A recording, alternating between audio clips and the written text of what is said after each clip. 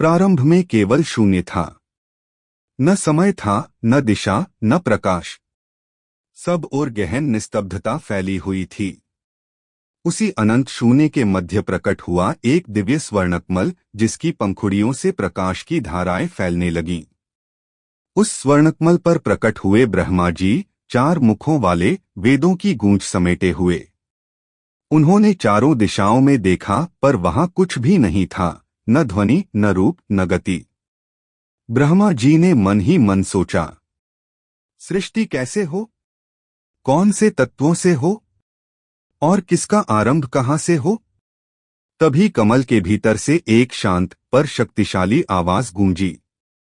वह थे विष्णु भगवान, जो अनंत शेषनाग पर योग निद्रा में शयन कर रहे थे। उन्होंने कहा, हे ब्रह्मा, तुम ही सृष्टि के रचयिता हो। अपने मन की शक्ति माया से जगत की रचना करो। ब्रह्मा जी ने ध्यान लगाया। उनके विचार से 5 तत्व जन्मे, आकाश, वायु, अग्नि, जल और पृथ्वी।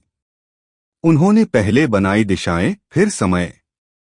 अग्नि से निकला प्रकाश, जल से बनी नदियां और समुद्र, वायु से आई चेतना, और पृथ्वी ने धारण किया जीवन।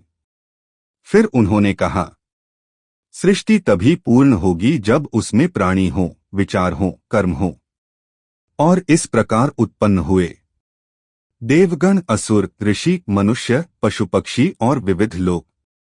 ब्रह्मा जी ने अपने 4 मुखों से 4 वेदों का उच्चारण किया, और वेदों के कंपन से ब्रह्मांड में व्यवस्था और ज्ञान का जन्म हुआ। जब सृष्टि पूर्ण हुई, ब्रह्मा जी ने प्रसन्न होकर कहा, अब यह संसार स्वयं अपनी गति से चलेगा। और इस प्रकार अंधकार से प्रकाश, शून्य से जीवन और नाद से ब्रह्मांड की उत्पत्ति हुई।